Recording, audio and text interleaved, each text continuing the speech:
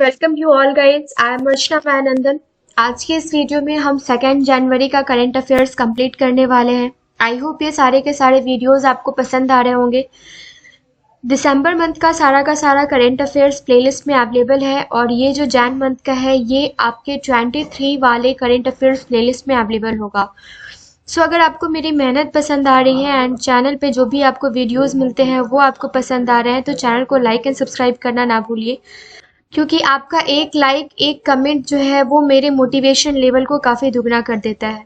So first question है, निम्नलिखित में से किस बैंक ने मार्च 2023 तक एकीकृत भुगतान इंटरफेस यूपीआई पर रुपए क्रेडिट कार्ड जारी करने की घोषणा नहीं की है?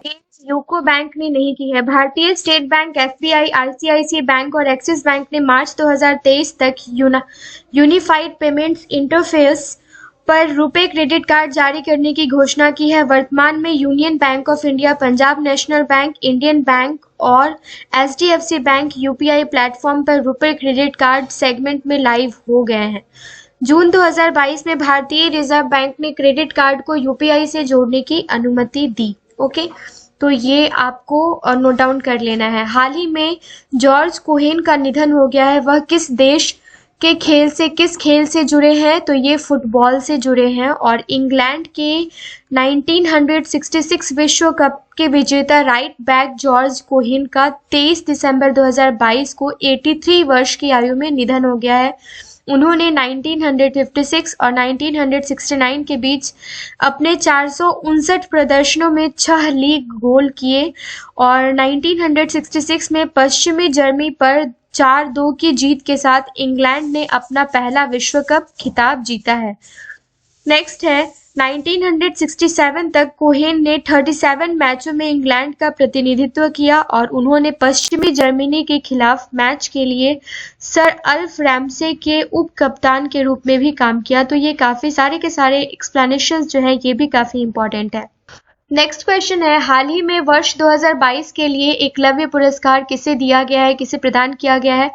तो ये पंकज आडवाणी को प्रदान किया गया है। वर्ष 2022 के लिए एकलव्य पुरस्कार 24 दिसंबर 2022 को साइक्लिस्ट स्वस्ति सिंह को प्रदान किया गया और भी जिसमें दिया गया है किसी को पुरस्कार, ये भी हम देख लेते हैं क्योंकि सब कुछ इम्पोर्टेंट है। ऐसा नहीं है कि जो क्वेश्चन है वही पूछा जाना है, इससे रिलेटेड एक्सप्लेनेशन कुछ भी पूछा जा सकता है। यह पुरस्कार युवा खेल प्रतिभाओं को प्रोत्साहित करने के लिए प्रतिवर्ष दिया जाता है और जो कोच होते हैं उनको कौन सा पुरस्कार दिया जाता है? तो ये द्रोणाचार्य अवार्ड दिया जाता है। और क्या दिया जाता है आप मुझे कमेंट सेक्शन में कमेंट करके बताइए, क्योंकि किसको क्या पुरस्कार दिया जाता है ये सारी चीज़ें हमने कंप्लीट कर रखी है और वीडियोस जो हैं वो प्लेलिस्ट में अवेलेबल हैं।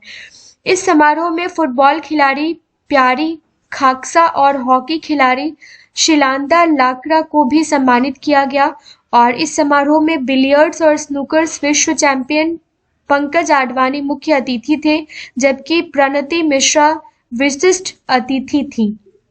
नेक्स्ट है, दिसंबर 2022 में घोषित टेस्ट एटलस अवार्ड्स के अनुसार 2022 के लिए दुनिया के सर्वश्रेष्ठ व्यंजनों की सूची में भारत का स्थान क्या है? तो ये 5वां स्थान है। दिसंबर 2022 में घोषित टेस्ट एटलस अवार्ड के अनुसार भारत 2022 के लिए दुनिया के सर्वश्रेष्ठ व्यंजनों की सूची में 5वें स्थान पे है, 5th स्थान पे है, जबकि शीर्ष स्थान इटली द्वारा हासिल किया गया। ग्रीस दूसरे स्थान पर है और इसके बाद स्पेन और जापान है।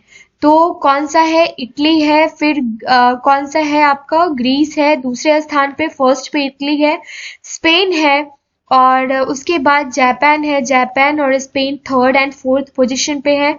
उसके बाद 5th पोजीशन पे कौन है? वो है इंडिया। हालांकि दुनिया के सर्वश्रेष्ठ पारंपरिक व्यंजनों में भारत के शाही पनीर ने शीर्ष 50 रैंकों में 28 स्थान पर जगह बनाई है। हाल ही में भोपाल में आयोजित 6ठी एथलीट राष्ट्रीय महिला मुक्केबाजी चैंपियनशिप 2022 में किसे स्वर्ण पदक जीता है? किसने जीता है? तो ये निखत जरीन ने जीता है। विश्व चैंपियन निखत जरीन और टोक्यो ओलंपिक की कांस्य पदक विजेता लवलीना बोरगोहेन ने 26 दिसंबर 2022 को भोपाल में 6ठी एथलीट इन राष्ट्रीय महिला मुक्केबाजी चैंपियनशिप 2022 में अपने अपने भार वर्ग में स्वर्ण पदक जीते हैं। रेलवे टीम 10 पदकों के साथ पदक तालिका में शीर्ष पर रही, जबकि मध्य प्रदेश और हरियाणा क्रमशः दूसरे और तीसरे स्थान पर रहे हैं।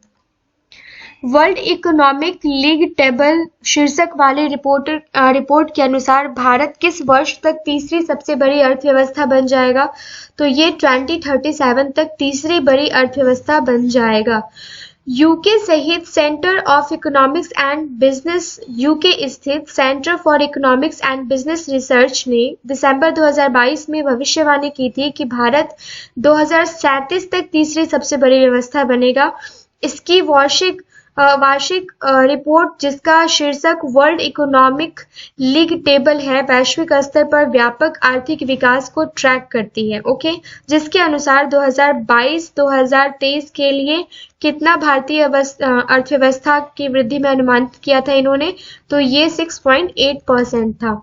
अगले 5 वर्षों में भारत की वार्षिक आर्थिक वृद्धि औसतन 6.4% अनुमानित की गई है। नेक्स्ट है, भारत ने 20 से 25 दिसंबर 2022 तक संयुक्त अरब अमीरात के शारजाह में आयोजित तीरंदाजी एशिया कप 2022 के चरण 3 में कितने पदक जीते हैं? तो टोटल 3 पदक जीते हैं। ये काफी इंपॉर्टेंट है, जिसमें से 5 गोल्ड है, 3 सिल्वर है और 2 क्या है, ब्रोंज मेडल है। भारतीय तीरंदाजों ने 20 से 25 दिसंबर 2022 तक शारजाह संयुक्त अरब अमीरात में आयोजित तीरंदाजी एशिया कप 2022 चरण 3 में शीर्ष स्थान हासिल किया है और भारत ने 10 पदक जीते हैं। क्या क्या? 5 गोल्ड, 3 सिल्वर और 2 ब्रॉन्ज। एशियाई तीरंदाजी चैंपियनशिप 1980 में शुरू हुई और इसे पहली बार भारत में आयोजित किया गया। ठीक है, अब यहाँ से 20 क्वेश्चंस हम कंप्लीट करेंगे, जो कि काफी इंपॉर्टेंट है। इसमें से 2-3 क्वेश्चंस प्रीवियस डेज के होते हैं जो छूट गए होते हैं। बाद बाकी आपको, जैसे आज मैं सेकेंड जैन का करंट अफेयर्स कंप्लीट कर रही हूँ, तो बेसिकली ये जो आपका है, ये 1st जैन का करंट अफेयर्स होता है, राइट, जो हम एक दिन के बाद पब्लिश कर पाते हैं। फर्स्ट क्वेश्चन है, किस राज्य सरकार ने एन चंद्रशेखरन को आर्थिक सलाहकार परिषद के प्रमुख के रूप में नियुक्त किया है? तो ये महाराष्ट्र राज्य सरकार ने किया है। किसने MOIL के अध्यक्ष सह प्रबंधक निदेशक का पदभार ग्रहण किया है? तो ये किसने किया है? ये किया है अजीत सक्सेना ने। उत्तर प्रदेश की पहली महिला पुलिस कमिश्नर कौन बनी है? तो ये लक्ष्मी सिंह बनी है। काफी इंपॉर्टेंट क्वेश्चन है ये। किस राज्य के निजात अभियान को IACP 2022 पुरस्कार मिला है? तो ये छत्तीसगढ़ के निजात अभियान को IACP 2022 का पुरस्कार दिया गया है। किसने कर्नाटक के मांड्या में मेगा डेयरी का उद्घाटन किया है? कर्नाटक के मांड्या में। ओके, तो ये काफी इंपॉर्टेंट क्वेश्चन है। मेगा डेयरी कहाँ है, कहाँ स्थापित किया गया है, ये भी आपसे पूछा जा सकता है। तो ये किया गया है कर्नाटक में। और किसने किया है? तो अमित शाह ने किया है।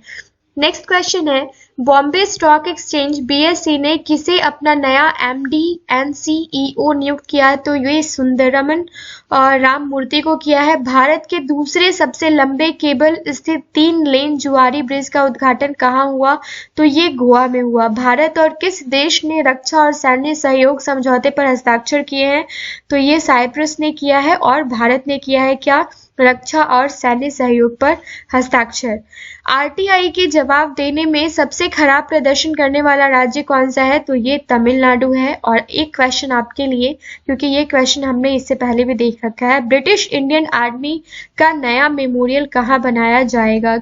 ये क्वेश्चन का जो आंसर है आप मुझे कमेंट सेक्शन में कमेंट करके बताइए। नेक्स्ट है, हाल ही में किसे खाद्य नियामक फस्सी के CEO के रूप में नियुक्त किया गया है? तो ये G कमलावर्धन राव को नियुक्त किया गया है।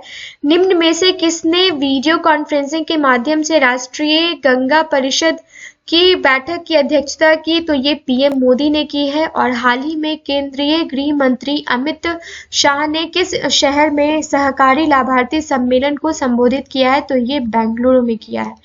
नेक्स्ट है, निम्नलिखित में से कौन जनवरी में फोर्ब्स इंडिया के विनिर्माण संयंत्र का अधिग्रहण पूरा करेगी? तो ये टाटा मोटर्स करेगी। किसका? फोर्ब्स इंडिया के विनिर्माण संयंत्र का अधिग्रहण करेगी टाटा मोटर्स। निम्नलिखित में से किस राज्य के सरकारी कर्मचारी अब पुरानी नई पेंशन योजना में से किस एक का चयन कर सकेंगे? तो छत्तीसगढ़ राज्य सरकार का।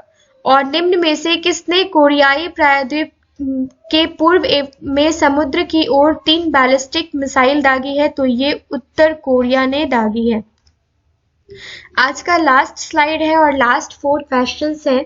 हाल ही में प्रधानमंत्री नरेंद्र मोदी द्वारा डॉक्टर श्यामा प्रसाद मुखर्जी राष्ट्रीय जल और स्वच्छता संस्थान का उद्घाटन जो है ये किस राज्य में किया गया है? तो ये पश्चिम बंगाल में किया गया है। प्रतिवर्ष वैश्विक परिवार दिवस कब मनाया जाता है? तो ये 1 जनवरी को मनाया जाता है। और भारत के किस राज्य ने पहली नीलगिरी तहत योजना शुरू की है? तो ये कर्नाटक राज्य सरकार ने शुरू की है। हाल ही में भारतीय सेना द्वारा किस शहर में सैनिकों के लिए पहली बार 3D प्रिंटेड घर सौंपे गए हैं? तो ये अहमदाबाद में सौंपे गए हैं। तो आज के ये 40 क्वेश्चंस और जो स्लाइड्स है आई होप ये सारे के सारे आपको काफ़ी पसंद आए होंगे। अगर वीडियो पसंद आता है तो चैनल को लाइक एंड सब्सक्राइब करना ना भूलिए। साथ ही साथ आप बेल आइकन पर प्रेस कर लीजिए सो दैट जो भी वीडियोस अपलोड होते हैं वो आपको टाइम टू टाइम मिलता रहे। ये नया साल आपके लाइफ में ढेरों सारी खुशियाँ लेकर आए और आप जिस भी पोस्ट के बारे में सोच रहे हो, जिसकी भी प्रिपरेशन कर रहे हो, आप उस पोस्ट को कंप्लीट करो, आप उस पोस्ट को क्वालिफाई करो, जॉब को क्वालिफाई करो। मेरी यही शुभकामनाएं आपके साथ होंगी। Thank you so much.